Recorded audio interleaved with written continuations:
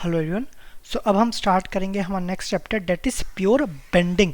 Pure है, impure नहीं है, कोई भी मिलावट नहीं है। किसमें मिलावट नहीं है? बेंडिंग में कोई भी मिलावट नहीं है। मतलब आपका शेयर फोर्स क्या होगा? ये आपका जीरो होगा।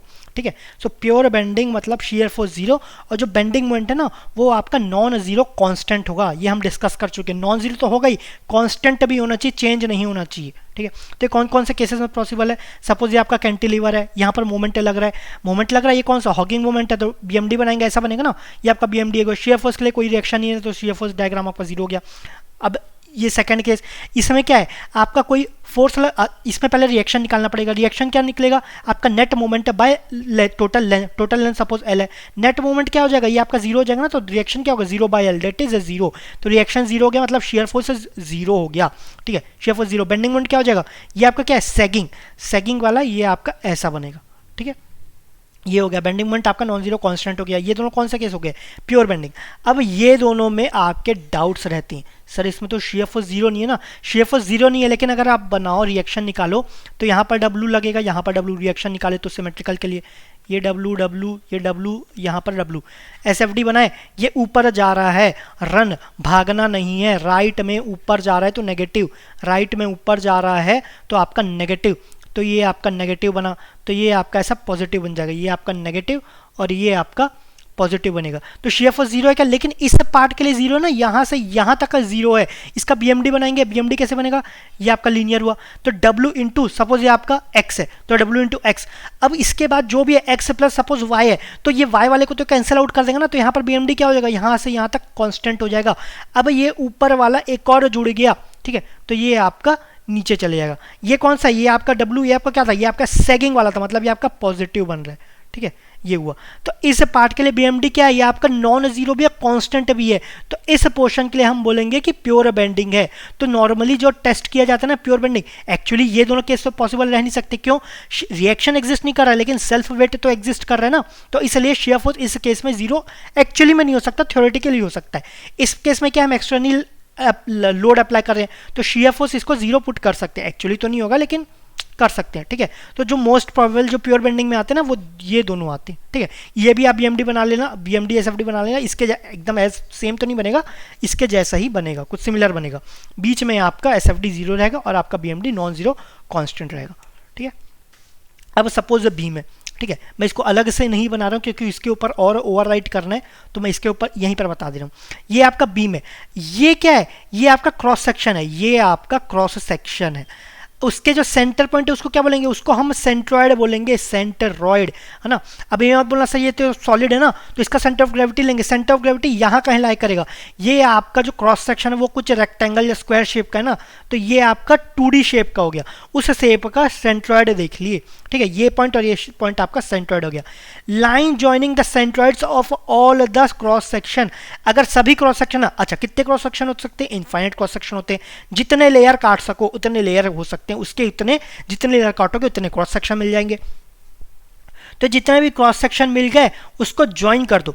सो line joining the centroids of all cross section is known as centroidal axis. Centroid से ज्वाइन हो रहा है तो आपका सेंट्रॉइडल एक्सिस, या आपका लॉन्गिट्यूडनल एक्सिस। ठीक है, तो ये आपका लॉन्गिट्यूडनल एक्सिस हो गया। अच्छा, एक लाइन है जो लॉन्गिट्यूडनल एक्सिस के परपेंडिकुलर है पासिंग फ्रॉम सेंट्रॉइड, तो वो होगा आपका N A means neutral axis. ठीक है, ये हॉरिजॉन्टली रहेगा, वर्टिकली नहीं रहेगा, ध्यान रखना, ये आपका हॉरिजॉन्टली रहेगा। तो न्यूट्रल एक्सिस, यहाँ पर आपका बेंडिंग स्ट्रेस जीरो रहता है। न्यूट्रल एक्सिस में बेंडिंग स्ट्रेस जीरो रहता है। ठीक है, अब इसमें एक और, अगर सपोज न्यूट्रल एक्सिस को जो उसके एंड है उसको मैं ज्वाइन कर दूं, तो आपको ये प्लेन मिलेगा। ठीक है, ये आपको प्लेन मिला। इस प्लेन को क्या बोलेंगे? यहाँ पर क्या न्यूट्रल एक्सिस लाई किया जा रहा है ना, तो इसको क्या बोलेंगे? इस प्लेन को बोलेंगे हम न्यूट्रल प्लेन, न्यूट्रल प्लेन। ठीक है, ऑल्दो इतना ध्यान नहीं रखोगे तो भी चलेगा, इसलिए मैंने यहाँ पर लिखा नहीं है। अगर याद नहीं भी करोगे तो भी चलेगा। ओके, ये आपका न्यूट्रल प्लेन है, लेकिन एक प्लेन ऊपर ही बनेगा, है ना। ऊपर कैसे बनेगा? सपोज ये इसका क्रॉस सेक्शन है, NA है, तो लोडिंग कहाँ? यहाँ पर बीच में ही लगेगा ना। ये आपका लोडिंग यहाँ पर लगेगा। ठीक है, इस लाइन में लोडिंग कहीं लगेगा, तो इसका भी एक प्लेन बना है। ये इसको नीचे लिए, इसको नीचे लिए और इसको भी ज्वाइन कर दिए, तो ये जो प्लेन है ये प्लेन हो गया है आपका लोडिंग प्लेन, सॉरी, ये आपका लोडिंग प्लेन। लोडिंग प्लेन मतलब आपका यहीं पर लोड अप्लाई किया जाएगा, इसमें रेड लाइन में यहाँ पर अप्लाई किया जाएगा, और अगर यहाँ पर अप्लाई किया जाता है तो यहाँ पर मोमेंट जनरेट करेगा, है ना।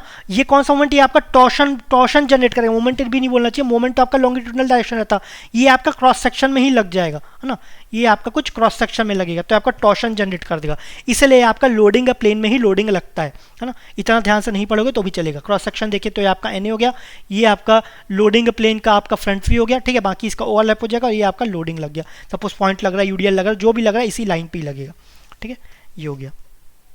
आगे बढ़ते हैं, नेक्स्ट है आपके, अब इसके कुछ अजम्पशन है ना, प्योर बेंडिंग के कुछ अजम्पशन है। तो पहला तो यूलर बर्नौलीज ने दिया, उसने क्या बोला कि सपोज बी में आपने ये तो पढ़ा था, ऊपर जो है वहां पर आपका क्या रहता है, वहां पर कंप्रेशन होता है, यहाँ पर आपका टेंशन रहता है, ऊपर कंप्रेशन होगा, सॉरी ऊपर नीचे आपका टेंशन होगा, न्यूट्रल जो आपका एक्सिस है उसके नीचे जो टेंशन होगा और उसके ऊपर आपका कंप्रेशन होगा, ठीक है, या तो ये तो आपने पहले ही पढ़ चुका। अब जब आपका स्ट्रेन निकालेंगे ना, स्ट्रेन तो अगर चेंज इन लेंथ तो यहाँ पर भी कंप्रेशन में और टेंशन में दोनों सेम रहेगा, बस आपका साइन का चेंज रहेगा। जितना कंप्रेशन में श्रिंक हुआ है उतना ही टेंशन में आपका बढ़ेगा, कंप्रेशन में सपोज माइनस डेल हुआ है उतना रिड्यूस हुआ है तो टेंशन में उतना ही इंक्रीज हो जाएगा, बस वही है। तो आपका स्ट्रेन क्या होगा, स्ट्रेन हो जाएगा minus del L by L plus del L by L. तो स्ट्रेन तो आपका सेम रहा ना, मैग्नीट्यूड वाइज तो सेम है, यहाँ नेगेटिव है यहाँ पॉजिटिव हो गया, तो स्ट्रेन आपका सेम रहेगा ये आपका स्ट्रेन रहेगा। ये कहाँ तक आपका वैलिड रहता है, लीनियरली वेरी करता है, कहाँ तक, लीनियर अप टू फेलियर तक लीनियर रहेगा, उसके आगे जाएंगे तो आपका नॉन लीनियर हो जाएगा, ठीक है। ये तो हम पढ़े, ये आपका लोडिंग प्लेन हो गया, है ना, ये आपका न्यूट्रल एक्सिस, ओके। ये तो आपका स्ट्रेन डायग्राम था। अगर स्ट्रेस डायग्राम बना है एफएम और ये एफएम, ये minus F M minus F M, ये भी आपका लीनियर रहता है, लेकिन ये लीनियर कहाँ तक रहता है, ये तो अप टू प्रोपोर्शनलिटी रहता है। स्ट्रेन अप टू फेलियर रहता है लेकिन आपका stress up to proportionality limit रहता है, ठीक है, ओके। ये ऑल्सो वैलिड फॉर आरसीसी, ये आरसीसी के लिए भी वैलिड है। आरसीसी में क्या होता है, यहाँ पर रिइंफोर्समेंट आ जाता है, ठीक है, नीचे रिइंफोर्समेंट आ गया ना, लेकिन रिइंफोर्समेंट है तो प्रॉपर बॉन्ड होना चाहिए तभी आपका वैलिड रहेगा। अब ये कहाँ कहाँ वैलिड नहीं है, जो डीप बीम है वहाँ पर नहीं है। Non circular cross section subjected to torsion, अच्छा सपोज ये आपका सर्कुलर क्रॉस सेक्शन है, ठीक है, वहाँ पर आप टॉर्शन जनरेट किए तो उसमें कोई प्रॉब्लम नहीं आएगा, लेकिन आपका नॉन सर्कुलर क्रॉस सेक्शन है, सपोज आपका नॉन सर्कुलर क्रॉस सेक्शन है तो वहां पर आप मूवमेंट लगाएंगे तो वो आपका ट्विस्टिंग जनरेट कर देगा, इसलिए यहाँ पर वैलिड नहीं है ना, ओके। ये ध्यान रखना, मोमेंट आपका नॉर्मल मोमेंट ऐसे लगता है, टॉर्शन आपके कुछ इस डायरेक्शन में लगेगा, है ना। मैं सही से बना नहीं पा रहा हूँ, ये आपका क्रॉस सेक्शन को इधर से भी मोड़ रहे हैं इधर से भी मोड़ रहे हैं, सपोज ऐसा समझ लो, है ना, समझ नहीं आ रहा छोड़ो, कोई ऐसा बड़ा चीज नहीं है ना, ओके। टॉर्शन आपका प्लेन के परपेंडिकुलर लगेगा, ओके। ये आपका फर्स्ट अजम्पशन। अच्छा, फर्स्ट अजम्पशन में आपका load is applied deflects in the form. अच्छा, जो सेंट्रोइडल एक्सिस है ना वो आपका सेंट्रोइडल एक्सिस कौन सा हुआ इसमें, आपका ये आपका सेंट्रोइडल एक्सिस हुआ, है ना, is in the form of elastic curve और डिफ्लेक्टेड शेप। अगर ये आपका इलास्टिक कर्व है तो ये कैसे रहेगा, ये आपका प्योर बेंडिंग के केस में ये आपका आर्क ऑफ द सर्कल रहेगा। अच्छा, यहाँ पर लिखा भी है elastic curve is arc of a circle, जो भी इसका डिफ्लेक्शन होगा, है ना, वो किस शेप में रहेगा, उस डिफ्लेक्शन को इलास्टिक कर्व बोलेंगे, वो आपका आर्क ऑफ द सर्कल रहेगा। ये किस केस में रहता है, ये आपका प्योर बेंडिंग में रहता है ना, प्योर बेंडिंग में। बेंडिंग और शेफेज दोनों हो रहे तो पैराबोला हो जाता है, ये पहले भी पढ़ चुके हैं। मटेरियल है वो आपका होमोजेनियस आइसोट्रोपिक दोनों रहना चाहिए। Material properties is the same in tension and compression, tension and compression में मटेरियल प्रॉपर्टी सेम रहना चाहिए। मटेरियल प्रॉपर्टी क्या हुआ, सपोज ये आपका स्ट्रेन है, दोनों सेम है ना, साइन को अभी भूल जाओ, मैग्नीट्यूड वाइज तो सेम है ना, तो ये आपका मटेरियल प्रॉपर्टी दोनों सेम रहा। फिर आपका जो रेडियस है वो बहुत ग्रेटर देन आपके डायमेंशन रहना चाहिए, मतलब आपका रेडियस है, ये इसका रेडियस क्या है, इसका रेडियस इनफाइनाइट है, इसका रेडियस क्या है, इसका रेडियस बहुत कम है ना, कम मतलब आपका कुछ r इज इक्वल टू 1 हो सकता है, 2 हो सकता है, कुछ मेजरेबल है, तो ये बहुत बड़ा होना चाहिए, मतलब स्ट्रेट के हिसाब से होना चाहिए, है ना, बीम आपका जितना स्ट्रेट हो सके उतना होना चाहिए। r is greater than B and D. R बड़ा है लेकिन 1/r क्या होता है, ये आपका कर्वेचर होता है, मतलब कर्वेचर क्या होगा, बहुत कम रहेगा। इसमें कर्वेचर क्या है, बिल्कुल नहीं है, बिल्कुल कर्वेचर 0 है। अच्छा, ठीक है, अब आपका हम पढ़े थे m/ei is equal to d²y/dx² is equal to, अच्छा ये इक्वेशन लिख देते हैं। इक्वेशन क्या था आपका E/r is equal to m/i is equal to f/y, ये हम पढ़ चुके हैं, है ना। अब इसमें क्या बोला गया है कि आपका r बहुत बड़ा है ना, r बहुत बड़ा है, ओके। तो r बड़ा है तो क्या होगा, आर बड़ा तो 1/r छोटा हो जाएगा, तो 1/r यहाँ से निकालेंगे क्या हो जाएगा, 1/r is equal to m/ei। अगर इसको आप वाई को अभी छोड़ देते हैं, ठीक है, इसको अभी आगे और डिस्कस करेंगे। ये आपका m/ei, लेकिन m/ei क्या होता है, ये आपका d²y/dx², ठीक है, ये y आपका डिफ्लेक्शन। अगर इसको इंटीग्रेट किए, ठीक है, ये आपका रो हो गया।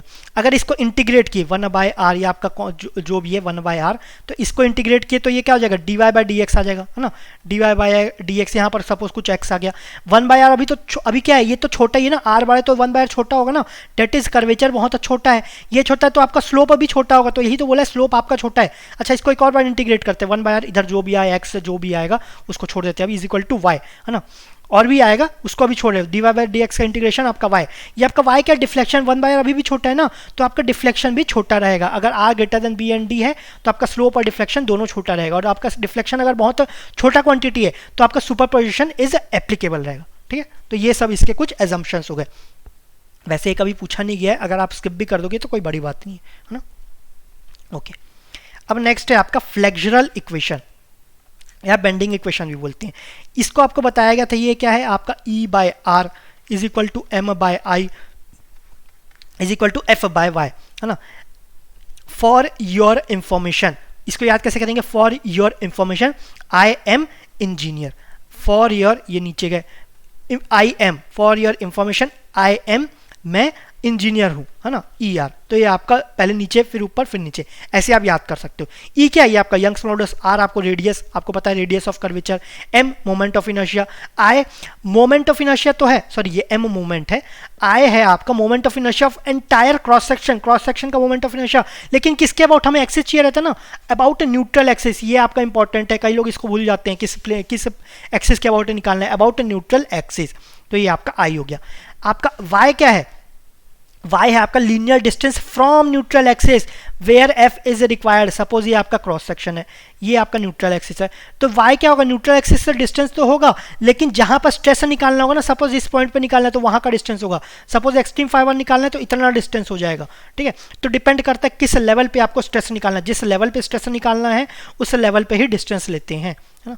f क्या है, f को हम टाउ भी लिख देते हैं, तो ये ध्यान रखना, कभी कभी f की जगह टाउ भी लिखा रहता है ना। तो इसको बोलेंगे बेंडिंग स्ट्रेस या इनडायरेक्ट नॉर्मल स्ट्रेस। अब 1/r क्या हो जाएगा, ये आपका रो या फिर कर्वेचर, ठीक है। तो ये आपका बेंडिंग इक्वेशन, ये बहुत इंपॉर्टेंट है, इससे बहुत क्वेश्चन पूछा जाएगा, आगे भी यूज है बहुत, है ना, ये बहुत यूज है, बहुत इंपॉर्टेंट फॉर्मूला है। ओके, नेक्स्ट है आपका सेक्शन मॉडुलस, सेक्शन का मॉडुलस, इसको हम डिनोट करते हैं Z। ये होता है आपका first moment of area about a reference axis, ठीक है, इतना डेफिनेशन याद करने की कोई जरूरत नहीं है। ये फॉर्मूला रहता है Z is equal to I by y max, ये आपका I बाय वाई मैक्स रहता है, ये ध्यान रखना, y max, Z is equal to I by y max. तो ये वाई मैक्स है क्या, जितना न्यूट्रल एक्सिस, y क्या है आपका linear distance from neutral axis where f is required, तो न्यूट्रल एक्सिस से जितना दूर जा सकता है ना, जितना दूर पे हम स्ट्रेस निकाल सकते हैं वो आपका वाई मैक्स रहेगा, ठीक है। Z is equal to I by y max. अच्छा, Z क्यों निकाल रहे हैं, अच्छा Z का यूनिट क्या है, I का यूनिट क्या रहता है mm⁴, वाई मैक्स है तो डिस्टेंस है बाय mm या मीटर जो भी लेना चाहे, तो इसका यूनिट क्या हो जाएगा, mm³ या मीटर क्यूब या लेंथ क्यूब, ये बोल सकते हैं, ठीक है। तो ये आपका यूनिट हो गया मीटर क्यूब। Z ज़्यादा है तो स्ट्रेंथ इन बेंडिंग भी ज़्यादा होगा, है ना। अगर Z ज़्यादा है तो I भी ज़्यादा होगा, है ना। I ज़्यादा है तो क्या हुआ, I ज़्यादा है तो आपका M भी ज़्यादा होगा, तो आपका स्ट्रेंथ इन बेंडिंग ये आपका ज़्यादा रहेगा, ठीक है। इतना सब रिलेशन याद रखने की जरूरत नहीं, Z ज़्यादा है तो स्ट्रेंथ इन बेंडिंग भी ज़्यादा होगा। ओके, ये तो आपका सेक्शन मॉडुलस हो गया। एक आपका होता है फ्लेक्सुरल रिजिडिटी, ये भी हम पढ़ो, फ्लेक्सुरल रिजिडिटी, ये आपका E/I रहता है ना, E/I, ये आपका यंग्स मॉडुलस, ये आपका moment of inertia about neutral axis, ठीक है। I को आप moment of inertia about entire cross section about neutral axis बोलो या moment of inertia about neutral axis बोलो तो भी समझ में आ जाएगा। सिर्फ मोमेंट ऑफ इनर्शिया बोलोगे तो कई बार हो सकता है कि कंफ्यूज हो जाओ किस एक्सिस के अबाउट निकालना है, ठीक है। इसका यूनिट क्या हो जाएगा, E का यंग्स मॉडुलस का न्यूटन पर mm², ये होता है I का mm⁴, तो ये क्या हो जाएगा न्यूटन mm², ये हो गया, ठीक है। इसका यूनिट न्यूटन mm²। ओके, इसका सिग्निफिकेंस क्या है, अगर EI ज़्यादा होगा तो EI, अच्छा इसको देख लेते हैं फॉर्मूला से, यहाँ पर नहीं लिखे, अच्छा ये फॉर्मूला है ना, तो इसको क्या कर लेते हैं, EI को एक जगह कर लेते हैं। सपोज आपका क्या हो गया, सेकेंड, हम इसको m बाय ई आई। अभी हम देखे थे ना m बाय ई आई क्या होता है, ये होता है d square y by d x square. Suppose इसको इंटीग्रेट किए तो m कुछ चेंज हो जाएगा, लेकिन 1 बाई ई आई तो कांस्टेंट है ना, वो तो हमेशा यहीं रहेगा। तो इधर क्या हो जाएगा, ये आपका d y by d x है ना, ये हो गया। और इसको इंटीग्रेट किए तो 1 बाई ई आई, तो ये तो कांस्टेंट होगा, इधर कुछ आएगा, हमें उससे मतलब नहीं है, इज इक्वल टू वाई है ना। आपका ये किसके इक्वल है, इन्वर्सली प्रोपोर्शनल टू स्लोप और इन्वर्सली प्रोपोर्शनल टू क्या है, डिफ्लेक्शन। अगर ई आई ज़्यादा रहेगा तो आपका स्लोप और डिफ्लेक्शन कम रहेगा, क्योंकि दोनों क्या इन्वर्सली प्रोपोर्शनल है, तो ये ध्यान रखना है। अगर स्लोप और डिफ्लेक्शन कम होगा तो आपका स्टिफनेस ज़्यादा रहेगा, ज़्यादा स्टिफ है ना तो आपका डिफ्लेक्शन तभी तो कम रहता है, स्टिफनेस ज़्यादा होगा तो आपका रिजिड इन ज़्यादा रिजिड होगा इन बेंडिंग में। हम बेंडिंग के केस के डिस्कस करें, आपका बेंडिंग क्वेश्चन है ना, तो रिजिड रहेगा इन बेंडिंग, बेंडिंग के केस में रिजिड रहेगा, ठीक है। तो सेक्शन मॉडुलस से हमें स्ट्रेंथ पता चलता है, strength parameter is given by Z, ये आपका डायरेक्टली प्रोपोर्शनल रहता है। और आपका जो स्टिफनेस है वो आपको ई आई से पता चलता है, वो भी आपका डायरेक्टली प्रोपोर्शनल रहता है। तो दोनों E I directly proportional to stiffness and strength is directly proportional to Z, ये ध्यान रखना। ओके अब ये आपका सेक्शन मॉडुलस, ये आपका फ्लेक्सुरल रिजिडिटी। अब एक होता है आपका एक्सियल रिजिडिटी, ये भी पढ़ चुके, एक्सियल रिजिडिटी ए ई। अगर आपको इसका यूनिट क्या रहेगा, एरिया मीटर स्क्वायर, ये क्या है ई का न्यूटन पर मीटर स्क्वायर, तो ये क्या मीटर स्क्वायर इंटू न्यूटन पर मीटर स्क्वायर न्यूटन, तो यूनिट न्यूटन हुआ। डेल एल रहता है, ये क्या होता है पी एल बाय ई ई, मतलब अगर ए ई ज़्यादा रहा तो डिफ्लेक्शन कम होगा, वहीं पर है। अगर ए ई ज़्यादा है तो एक्सियल डिफॉर्मेशन कम रहेगा। ये किसके कारण, ये तो एक्सियल का फॉर्मूला के लिए यूज होता है ना, तो एक्सियल डिफॉर्मेशन कम रहेगा। डिफॉर्मेशन तो कम रहेगा, लेकिन किस केस में, एक्सियल के केस में डिफॉर्मेशन कम रहेगा, ठीक है, ये हुआ। अब क्या करेंगे नेक्स्ट, हम जो भी हमारा स्टैंडर्ड जो फिगर है उसके हम z सेक्शन मॉडुलस निकाल लेते हैं, ठीक है। याद नहीं करना है ना, ध्यान रखना, कोई भी एग्जाम में आए याद नहीं रखना है, वहीं पर निकालेंगे हम। z होता क्या है, आई एन ए, मतलब moment of inertia about neutral axis by y max, ये याद रखना है ना। वैसे तो यहाँ पर फर्क नहीं आएगा, लेकिन कुछ कुछ फिगर में फर्क आ जाएगा, वो हम आगे देखेंगे। ओके अब ये आपका क्या है, रेक्टेंगल है ना, रेक्टेंगल जिसका विड्थ b डेप्थ d है। ओके अब ये आपका न्यूट्रल एक्सिस है, इसके अबाउट मोमेंट ऑफ इनर्शिया निकालना है। इससे पैरेलल क्या है, b वाला पैरेलल है, तो पहले i में पहले लिख दो आपका b, दूसरे में क्या है, इसके परपेंडिकुलर क्या है d, तो दूसरे में d, तीसरा क्यूब कर दो, चौथा इंटू कर दो, तो यह हो गया bd क्यूब बाय 12, ये आपका i हो गया। तो z क्या हो जाएगा, bd cube by 12 divided by y max. तो यहाँ पर से ऊपर कितना है y डी बाई टू, नीचे कितना है, नीचे वाला ये भी डी बाई टू, दोनों इक्वल है तो मैक्सिमम में तो दोनों सेम ही होगा ना, तो ये आपका डी बाई टू, तो इसको करेंगे एक डी और ये आपका क्यूब का स्क्वायर हो जाएगा, ये आपका स्क्वायर हो गया, ये 2 जा ये 6 जा, तो बी डी स्क्वायर बाय 6, तो ये आपका b d square by 6। Okay अब क्या है, ये आपका रेक्टेंगल है लेकिन उसमें चेंज कर दिए। अब क्या है, जो आपका न्यूट्रल एक्सिस इधर है उसके पैरेलल डी इधर है और उसके परपेंडिकुलर बी है, तो आई क्या हो जाएगा, d b cube by 12, d b cube by 12, ये आपका b cube d b cube by 12 है ना। अब आपका वाई मैक्स, ये आपका बी बाई 2, ये भी आपका बी बाई 2, तो नीचे में आपका बी बाई 2 आ जाएगा, तो ये आ गया आपका डी बी स्क्वायर बाय 6, ठीक है, जस्ट चेंज हो गया, तो बी डी स्क्वायर बाय 6, ये आपका डी बी स्क्वायर बाय 6, बात एक ही है। ओके अब आपका स्क्वायर का क्या हो जाएगा, parallel perpendicular B is equal to D is equal to A है, तो आई क्या हो जाएगा, ये आपका बी डी क्यूब बाई 12 होता है, तो ए 4 बाई 12 हो जाएगा, दोनों में वही पुट करना है। वाई कितना रहता था, यहाँ पर दोनों में देखोगे किसी में भी डी बाई 2 या बी बाई 2, तो यहाँ तो दोनों सेम है ना, तो ये आपका ए बाई 2 हो जाएगा, तो क्या हो जाएगा, ये आपका ए क्यूब बाय 6 हो गया, ठीक है। फिर आपका डायमंड शेप में क्या होता है, डायमंड में आपका अब जो इसके जो न्यूट्रल एक्सिस है ये आपका डायगोनल में जा रहा है, डायगोनल पास हो रहा है, तो जो आपका वाई रहेगा ना वो आपका a बाय रूट 2 हो जाएगा। क्यों, इसको थोड़ा अलग से देखते हैं। सपोज ये आपका डायमंड है ना, ये तो पता है a है, ये पता है ये है, तो ये पाइथागोरस से ये कितना हो जाएगा, ये आपका 90 डिग्री, ये कितना हो जाएगा, ये आपका रूट 2 a हो गया ना, और ये आपका न्यूट्रल एक्सिस अगर इधर से पास हो रहा है तो ये कितना हो जाएगा, ये टोटल आपका रूट 2 a है, तो ये हो जाएगा a बाय रूट 2, ठीक है, तो ये आपका वाई मैक्स हो गया।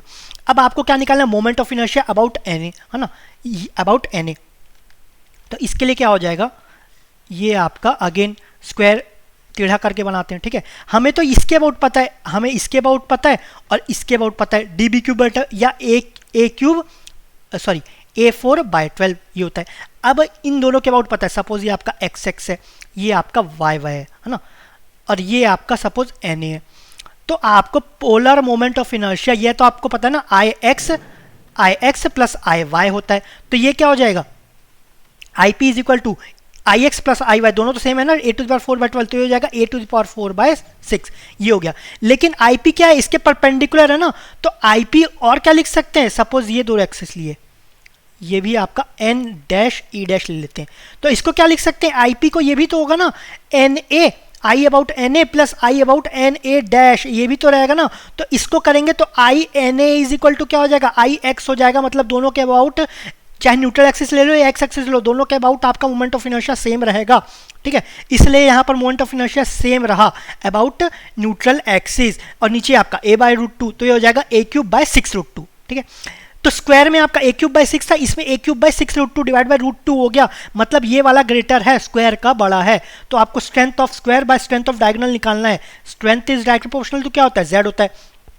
तो strength of square by strength of diagonal is equal to z of square by z of diagonal. z of square कितना है, a³/6, strength z of diagonal shaped कितना है आपका a³/6√2, तो a³/6, सॉरी ये आपका हो गया a³/6 बाय a³/6√2, तो a³/6 तो कैंसिल हो गया, 1/1/√2 आ गया, तो ऊपर में √2 आ जाएगा, मतलब आपका स्ट्रेंथ ऑफ स्क्वायर या आपका स्ट्रेंथ ऑफ डायगोनल से बड़ा है, कितना times, √2 times, that is 1.414 times, in terms of percentage 41.4% आपका स्ट्रेंथ ऑफ स्क्वायर बड़ा होगा। तो इसीलिए हम आपका जो भी बीम लेते हैं ना, तो अगर आपके पास ऑप्शन है स्क्वायर या डायगोनल शेप लेने का, तो हम स्क्वायर लेंगे क्योंकि उसका स्ट्रेंथ ज़्यादा रहेगा, ठीक है। किससे देखें हम, आपका सेक्शन मॉडुलस से देखें, ठीक है, ओके। अब इसमें आपका नेक्स्ट फिगर है ट्राइंगल। ट्राइंगल का अबाउट न्यूट्रल एक्सिस आपको पता है bh³/36 होता है, ठीक है। नहीं याद होगा तो याद कर लेना है। आपको y देखना है, अच्छा यहाँ पर डिफरेंस आएगा, y यहाँ पर क्या है h/3, बेस के अबाउट h/3, इसके अबाउट क्या है 2h/3, लेकिन हमें तो मैक्सिमम वाला लेना है, तो मैक्सिमम क्या होगा, ये वाला होगा, तो मैक्सिमम वाला लेंगे 2h/3, तो क्या हो जाएगा bh²/24, ये आपका z हो जाएगा। यहाँ पर z मैक्स नहीं बोलना चाहिए, z हो जाएगा, ठीक है। सर्कल के अबाउट आपको पता है न्यूट्रल एक्सिस अबाउट के अबाउट मोमेंट ऑफ इनर्शिया कितना रहता है, πd4/64। आपका y मैक्स क्या हो जाएगा, यहाँ पर से भी d/2, यहाँ से भी d/2, तो आपका d/2 तो हो जाएगा πd³/32, ठीक है। अगर ये हॉलो है तो ये क्या हो जाएगा, i क्या हो जाएगा π/64 d4 - d4, ये हो गया, ठीक है। अब इसका y मैक्स क्या हो जाएगा, y मैक्स हो गया आपका d/2, यहाँ से डिस्टेंस आउटर का देखें तो d/2 ही होगा ना, चाहे यहाँ से कहीं से भी दिखे d/2। तो इसको सॉल्व करेंगे तो ये हो जाएगा, ये 1 ये आपका 32, तो हो जाएगा pi into d4 by capital D4 minus small d4 by 32d, ये आपका 32d, ठीक है, ये हो गया। अब वैसे ही आपका हॉलो रेक्टेंगल है, ये आपका स्मॉल d, आपका कैपिटल D, ये आपका कैपिटल B, आपका स्मॉल b, तो ये आपका bd³/12 कैपिटल आउटर के लिए, माइनस जो हॉलो है ना स्मॉल bd³/12 दोनों माइनस कर दिए, डिवाइड बाय आपका y मैक्स कितना हो जाएगा b/2, सॉरी d/2, तो डिवाइड बाय d/2, ठीक है। इसको सॉल्व कर लेना तो आपको मिल जाएगा। वैसे सॉल्व करने की जरूरत नहीं, याद बिल्कुल नहीं करना है, ये आप वहीं पर डिराइव कर सकते हो, ओके। अगर आपका सेम क्रॉस सेक्शनल एरिया है तो बेंडिंग स्ट्रेस किस में ज़्यादा आएगा, सबसे ज़्यादा आपका आई में रहेगा, फिर रेक्टेंगल में, फिर स्क्वायर में, फिर सर्कल में, फिर आपका रेक्टेंगल है लेकिन वो आपका हॉरिजॉन्टल में अलाइन कर दिया गया। ध्यान रखना क्रॉस सेक्शनल एरिया आपका सेम है, ऐसा क्यों, क्योंकि इसमें एरिया जितना दूर फैलते जा रहा है ना, उसमें आपका स्ट्रेंथ बढ़ते जाए, उसमें आपका बेंडिंग स्ट्रेस उसमें बढ़ आएगा, ठीक है। तो ये याद रखो, पूरा याद करने की जरूरत नहीं, आई का सबसे बड़ा रहता है, ये ध्यान रख लेना। इसमें क्या, क्योंकि एरिया बहुत फैला रहता है ना, एरिया सेम है लेकिन इससे फैला रहता है कहाँ है, सबसे दूर, इसमें मैक्सिमम एरिया यहाँ पर है ना, ये आपका मैक्सिमम एरिया फैला हुआ है, यहाँ पर मैक्सिमम एरिया न्यूट्रल एक्सिस के पास में है, तो ये आपका सबसे कौन जाएगा, ऐसा आप याद कर सकते हो, ठीक है, ओके। नेक्स्ट है आपका, नेक्स्ट है आपका स्लाइस्ड बीम्स। स्लाइस जैसे आम काटते हैं ना, जैसे आम है तो उसको अगर आपको खाना है तो उसको स्लाइस करके उसको पीसेस में कट करेंगे ना, तभी उसको खा पाएंगे। तो सपोज आपका बीम है, सॉलिड बीम, उसको भी हम स्लाइसिंग करेंगे, ठीक है, उसको हम n पार्ट्स में डिवाइड कर देंगे। यहाँ पर 4 है, सपोज n = 4 है, तो ये आपका 4 पार्ट्स में डिवाइड हो गया। यहाँ पर आपका न्यूट्रल एक्सिस क्या है, ये आपका न्यूट्रल एक्सिस है। अब ये चारों के लिए न्यूट्रल एक्सिस अलग रहेगा, अलग हो जाएगा, ठीक है, सब के लिए अलग अलग हो जाएगा। अगर इसको मैं बना के दिखाऊं तो ये आपका न्यूट्रल एक्सिस ये रहा, ठीक है, ये आपका सब के लिए अलग अलग न्यूट्रल एक्सिस रहेगा, ओके। अब एक तो सॉलिड का z आएगा, स्ट्रेंथ अगर solid by strength of solid by strength of sliced निकालना है तो स्ट्रेंथ किसके प्रोपोर्शनल आता है, ये आपका z के। तो strength of solid by strength of solid, strength of solid by strength of slide is sliced is equal to z of solid by z of sliced. अच्छा, z ऑफ सॉलिड क्या होगा, ये तो आपका सिंपल है। अभी हम देखें ना रेक्टेंगुलर के केस में, रेक्टेंगुलर के केस में z ऑफ सॉलिड क्या होता है, ये होता है आपका bd²/6। तो यहाँ पर bd²/6, लेकिन जो d है वो किसके इक्वल है, वो nt के इक्वल है ना, तो d के जगह nt कर देंगे तो b इंटू nt²/6 ये हो गया। अब z ऑफ स्लाइज्ड, तो z ऑफ स्लाइज्ड के क्या करेंगे, इंडिविजुअल निकालेंगे, इंडिविजुअल निकाले उसको इंटू n कर देंगे, ठीक है। ये आपका एक है, पहले तो एक का निकाल लेते हैं, इसका क्या होगा, ये आपका न्यूट्रल एक्सिस हो गया।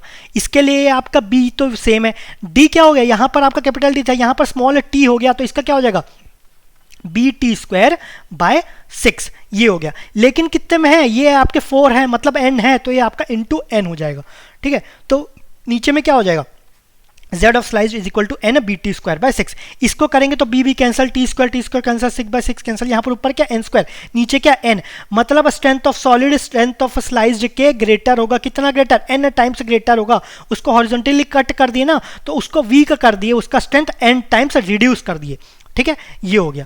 तो इसको रिड्यूस हो गया, जैसे ही आप स्लाइस कट किए तो अलग अलग हो गया, वो आपका स्ट्रेंथ रिड्यूस हो गया।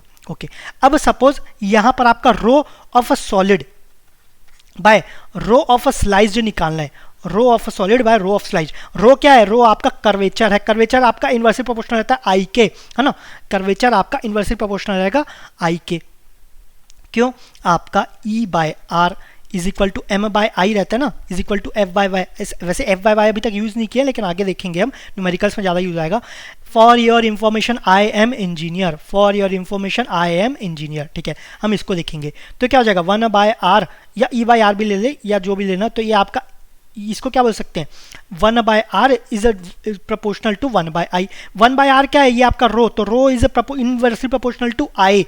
तो अगर आपको curvature of solid by curvature of slides निकालना है तो वो क्या हो जाएगा, I of sliced by I of solid. I of sliced क्या हो जाएगा, अब आपका क्या है, ये मोमेंट ऑफ इनर्शिया, अभी हम z देखे थे, ये आपका ये अभी z देखे थे सेक्शन मॉडल्स, अब हम मोमेंट ऑफ इनर्शिया देखेंगे अबाउट न्यूट्रल एक्सिस। तो आई ऑफ स्लाइज्ड क्या होगा, एक का क्या हो जाएगा bd³/12, है ना, bd³, यहाँ पर d क्या है t, तो bt³/6 सॉरी 12, bt³/12, लेकिन कितने हैं n, तो इंटू n कर देंगे।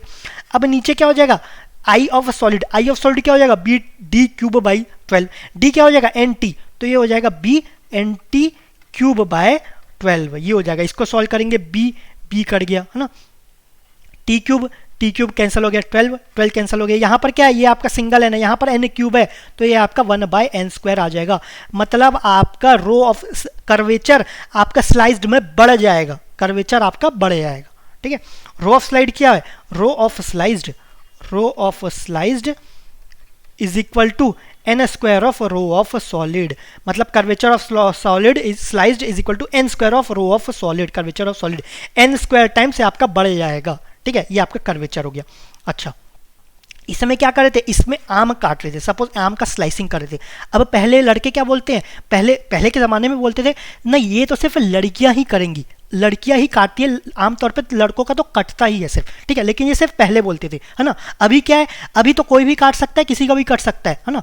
आम की बात कर रहा हूँ मैं, है ना, कोई भी काट सकता है, लड़कियों या लड़कियों कोई भी कट कर सकता है। तो अब क्या है, इक्वलिटी हो गया है, इक्वलिटी हो गया। तो अब ये बी में बोलेगा इक्वलिटी, तो वो क्या बोलेगा, यहाँ पर तो सिर्फ हॉरिजॉन्टली कटा है, वर्टिकली भी तो कटना चाहिए, इक्वलिटी आ गया। तो यहाँ पर आपका बीम जो है उसमें आप जो स्लाइसिंग करेंगे वर्टिकल स्लाइसिंग करेंगे, ठीक है, वर्टिकल स्लाइसिंग, इक्वलिटी लानी है ना हमें। तो अब इसका आपका न्यूट्रल एक्सिस कहाँ था, यहाँ था, अभी भी न्यूट्रल एक्सिस सेम रहेगा, चेंज नहीं होगा, ये ध्यान रखना। ये दोनों में अंतर यही है, आपके वर्टिकल में न्यूट्रल एक्सिस चेंज नहीं होता, हॉरिजॉन्टल में चेंज हो जाता है, ठीक है, ये हुआ। ओके, अब इसका strength of solid by strength of sliced करना है। स्ट्रेंथ ऑफ सॉलिड क्या हो गया, स्ट्रेंथ ऑफ सॉलिड आपका bd²/6, d क्या है यहाँ पर, ये आपका है, तो यहाँ पर d इज इक्वल टू तो कैपिटल D है, हाँ, ये आपका ये कट तो कट हुआ नहीं है, आपके b के अलॉन्ग कट हुआ है ना। तो सपोज ये आपका t क्या हुआ, b के अलॉन्ग हुआ है। अब कितना कट हुआ है, सपोज n कट हुआ है, तो b के जगह क्या आ जाएगा, b के जगह आ जाएगा n इंटू टी, और ये तो d²/6, तो b इसका कुछ स्क्वायर हो ही नहीं रहा है, ठीक है, तो nt d²/6 हो गया।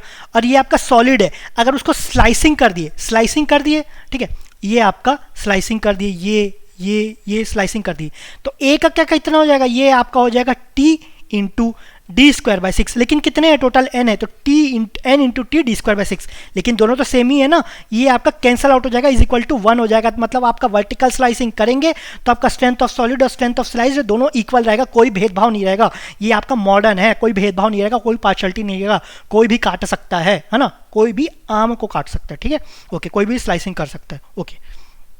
नेक्स्ट आपका stiffness of sliced by stiffness of solid, ये स्टिफनेस किसका इक्वल होता है, I of sliced by I of solid, I of a solid, ठीक है। अब ये आपका स्टिफनेस बोला गया, यहां पर हम देखेंगे आई का moment of inertia, moment of inertia I, ठीक है। अगर आई ज़्यादा रहता है, स्टिफनेस किससे चेक करते हैं हम, स्टिफनेस हम चेक करते हैं आपका फ्लेक्सर रिजिडिटी, दैट इज ई आई, ई तो आपका कांस्टेंट ही रहता है, तो आई आपका क्या हुआ, I directly proportional to stiffness, अगर आपका आई ज़्यादा है तो स्टिफनेस ज़्यादा, या स्टिफनेस ज़्यादा है तो आई ज़्यादा है, ये क्या रहता है आई, लेकिन इनवर्सली प्रोपोर्शनल टू क्या रहता है, आई इनवर्सली प्रोपोर्शनल टू आपका कर्वेचर के रहते हैं ना, अभी हम देखे थे rho is equal to 1 by R is equal to M by E I, ये रहता है, तो rho of a solid by rho of a sliced is equal to stiffness of sliced by stiffness of solid is equal to I of sliced by I of a solid। अच्छा ठीक है, अब I निकालना है sliced का मतलब ये वाला हुआ, एक का स्लाइस्ड क्या हो जाएगा, होता क्या है बी डी क्यूब बाय 12, यहाँ पर बी क्या है, ये आपका टी है, और d is equal to capital d, तो टी ये आपका सॉलिड का देखना है ना, अच्छा ये स्लाइस्ड का है, ये आपका उल्टा लिख दिए क्या, एक सेकेंड, ये आपका स्लाइस्ड का, एक सेकेंड, अच्छा दोनों में ब्रैकेट एक जैसा ही कर दिए, ऐसा नहीं, ऑल्दो दोनों सेम ही है, लेकिन इसको क्या लिखना था, एक का कितना होता है b into T cube by 12, लेकिन ये कितना है टोटल n है, तो ये हो जाएगा, अब सॉलिड में बी डी क्यूब बाई 12 होता है, b कितना है n इंटू टी, सो n इंटू टी, ठीक है। यहाँ पर आपका कुछ तो गलत हुआ है, यहाँ पर आपका ये आपका एक सेकेंड, अच्छा यहाँ पर करेक्शन है, यहाँ पर आपका ये क्या है t है ना, ये आपका t है, इसको क्या कर दिया, इसको b लेके सॉल्व कर दिए, ये इसको b लिया है तो इसको हम b ले लेते हैं, ठीक है, ये t के जगह ये हो जाएगा आपका b, कितने पार्ट्स में, ये आपका b है उसको n पार्ट्स में डिवाइड कर दी, टोटल क्या हुआ, total capital b, so capital b is equal to n into small b, ये ले लेते हैं, ठीक है, अब सही हो जाएगा। तो इसका हम i निकालेंगे, आई ऑफ स्लाइज्ड है ना, आई ऑफ स्लाइज्ड, तो ये हो जाएगा आपका एक के लिए b d cube by 12, b d cube by 12, ठीक है, यहां पर आपको d के जगह t ले लिया, इसको t ले लेते हैं, ठीक है, अब करेक्ट हो जाएगा बी डी क्यूब बाय 12, लेकिन ये एक का हुआ ना, n के लिए क्या हो जाएगा n into b d cube by 12, ये हो गया, d के जगह t ले लेते हैं, n into b t cube by 12, ये आपका स्लाइस्ड का हो गया, टोटल के लिए क्या हो जाएगा, ये आपका टोटल आपका कैपिटल b है, ये आपका t है, b is equal to n b हो जाएगा ना, तो ये क्या हो जाएगा n of a solid is equal to n into b t cube by 12, n into b t cube by 12, तो ये आपका कैपिटल बी के इक्वल है, ठीक है। सो ये दोनों क्या, ये दोनों इक्वल हो जाएगा, तो ये कैंसिल आउट हो जाएगा, क्या 1 हो जाएगा, ठीक है। तो ये ध्यान रखना, इस पर थोड़ा करेक्शन है, लेकिन आपको आई तो पता है कैसे निकालना, इसका निकाल लेना, दोनों को कैंसिल आउट करोगे तो 1 ही आएगा, मतलब चाहे आप वर्टिकल काटो उसका स्ट्रेंथ ले लो, या स्टिफनेस ले लो, या कर्वेचर ले लो, ठीक है, सभी क्या होगा सेम रहेगा, कोई पार्शलिटी नहीं होता वर्टिकल में, ठीक है, ओके। ऑल द स्लाइस्ड का कोई क्वेश्चन अभी तक पूछा नहीं गया है गेट में, लेकिन आपका पीएससी एग्जाम में या आपका स्टेट एग्जाम में ये पूछा गया है, इसलिए मैंने कवर कर दिया इन केस आपका गेट में आ जाए तो, ठीक है। नेक्स्ट टॉपिक, नेक्स्ट है आपका फ्लिस्ड बीम्स, तो ये क्या है कंपोजिट बीम्स, अच्छा ये क्या है, ये आपका कहीं गेट या कहीं पर भी पूछा नहीं है, तो मैं यही सोचा था कि इसको पढ़ाना चाहिए कि नहीं चाहिए, लेकिन फिर मैंने इसको कवर कर दिया गया, इसका जो क्वेश्चंस प्रॉब्लम्स बनते हैं ना वो मैंने डिस्कस नहीं किया, क्या है क्योंकि वो बहुत अच्छे लेवल के आते हैं, तो गेट में कभी पूछा नहीं गया, और कभी इसके बारे में टच भी नहीं किया गया, कोई भी आपका थ्योरी कोई टच भी नहीं किया है, तो मैंने प्रॉब्लम्स डिस्कस नहीं किया गया, ठीक है। मेरी तो रेस्पॉन्सिबिलिटी है आपको बताना, तो भी मैं आपका थ्योरी कवर कर देता हूँ बेसिक, आपका प्रॉब्लम्स कवर नहीं किया गया हूँ, आपको इसको छोड़ना है तो आपकी मर्जी, वैसे तो थ्योरी है, अगर आपको छोड़ना भी है एक बार सुन लो एटलीस्ट, ठीक है, बाकी आपके ऊपर है, मेरा तो काम है आपको बताना, है ना, तो मैंने बता दिया कि ये इतना इंपॉर्टेंट नहीं है, बाकी आपकी मर्जी, ओके। तो अब क्या है, सपोज ये दो मटेरियल है, ये आपका एक वुड है, इसके ऊपर हम स्टील ले लिए, स्टील है ना, ये आपका स्टील हो गया। अब इसका स्ट्रेन डायग्राम बनाए तो स्ट्रेन तो आपका स्ट्रेट रहना चाहिए ना, ये आपका लीनियर रहना चाहिए, लेकिन इस लेवल पे क्या है, यहाँ पर strain of wood is equal to strain of wood is equal to strain of steel, ये होगा। ठीक है, ये कब रहेगा, ये आपका जब होमोजीनियस नहीं बोलना चाहिए, ये आपका जब स्ट्रेन प्रोफाइल क्या होगा, लीनियर होगा। So different material should be bounded together होना चाहिए अच्छे से, so that the load can be shared, load share हो सके। और यहाँ पर क्या हो जाएगा, Bernoulli's assumption is valid for composite beams, Bernoulli's assumption valid रहता है, तो दोनों में स्ट्रेन इक्वल हो गया। स्ट्रेन क्या होता है, स्ट्रेन रहता है आपका स्ट्रेस बाय ई, एक्चुअली में यंग्स मॉडुलस क्या होता है आपका स्ट्रेस बाय स्ट्रेन, तो स्ट्रेन इज इक्वल टू क्या हो जाएगा, एफ बाय ई, तो e of steel by e, strain of steel is equal to strain of wood is equal to stress of steel by Young's modulus of steel is equal to stress of wood by Young's modulus of wood, ये हो गया। तो stress of steel क्या हो जाएगा, ये हो जाएगा Young's modulus of steel by Young's modulus of wood is equal into आपका स्ट्रेस इन वुड। ठीक है, तो ये क्या हो जाएगा, ये आपका मॉड्यूलर रेशो का इक्वल हो जाएगा, मॉड्यूलर रेशो m, जो कि इक्वल होता है E of strong by E of weak. ये ध्यान रखना, E of steel by E of wood ही रहेगा, E of wood by E of steel नहीं रहेगा, क्यों, ई ऑफ स्ट्रॉन्ग ऊपर आना चाहिए। तो एफ ऑफ स्टील हो जाएगा m into F of would, मतलब स्ट्रेस ऑफ वुड में जितना भी स्ट्रेस है स्टील में उसी लेवल पे कितना हो जाएगा, यहाँ पर आपका वुड में जितना भी स्ट्रेस है स्टील में कितना हो जाएगा, m times of stress in would हो जाएगा। ठीक है, तो स्ट्रेस इन स्टील आ जाएगा। ओके, अगर इसको हम एनालाइज करना है फॉर एनालिसिस अगर इसको एनालाइज करना है, equal area method is used. मतलब क्या हुआ, सपोज ये आपका वुड और स्टील है, तो इसको हम ऐसे एनालिसिस नहीं करेंगे, इसको कन्वर्ट कर देंगे या तो पूरा वुड में या तो पूरा स्टील में। अगर पूरा वुड में कन्वर्ट करना है तो इसका जो विड्थ है ना ये बढ़ जाएगा, इसका विड्थ बढ़ जाएगा, कितना बढ़ेगा, m इंटू बी, है ना, ये आपका m टाइम्स स्टील में m टाइम्स आपका विड्थ बढ़ जाएगा। अगर इसको पूरा स्टील में करना है तो वुड का थिकनेस कम हो जाएगा, कितना, डिवाइड बाय m हो जाएगा। ओके, ये टोटल b है तो ये आपका b बाय m हो जाएगा। ठीक है, अच्छा, कुछ लोग बोले ऐसा क्यों करेंगे, स्ट्रेन तो हमको पता है उससे स्ट्रेस निकल जाएगा, तो उससे मतलब ही क्या है, इक्वेशन क्या रहता है आपका, m by I is equal to E by R या is equal to F by Y. तो सपोज आपको स्ट्रेस निकालना है तो m क्या है, बेंडिंग मोमेंट, ये तो सेम ही रहेगा। f क्या है, ये आपका डिस्टेंस फ्रॉम न्यूट्रल एक्सिस, तो ये आपका डिस्टेंस यहाँ से चाहे यहाँ से या यहाँ से तीनों से सेम है ना, तो y तो चेंज नहीं हो रहा है, चेंज क्या हो रहा है, आपका i चेंज हो रहा है। इसमें देखोगे i अलग आएगा, इसमें i अलग आएगा, इसमें i अलग आएगा, तीनों के केस में i अलग रहेगा। अच्छा, i सपोज हम वुड के केस में लेते हैं तो वुड के केस में e भी चेंज हो जाएगा, या वुड के केस में आपका स्ट्रेस भी चेंज हो जाएगा। ठीक है, तो आई चेंज होगा तो उसके कंपैरिजन में स्ट्रेस चेंज हो जाएगा, और आपका स्टील में लेते हैं तो आई चेंज होगा, उसके कंपैरिजन में हमें एफ ऑफ स्टील मिलेगा। तो f of wood is equal to f of steel तो रहेगा नहीं, तो इसीलिए हम उसको सिंपल आपका इक्वल एरिया मेथड, या फिर आपका इक्वल एरिया मेथड क्या होता है, आपको सभी को एक ही एक मटीरियल में उसको बनाना है। ठीक है, अगर वुड और स्टील है तो उसको चाहे तो वुड में कन्वर्ट कर दो पूरा या पूरा स्टील में।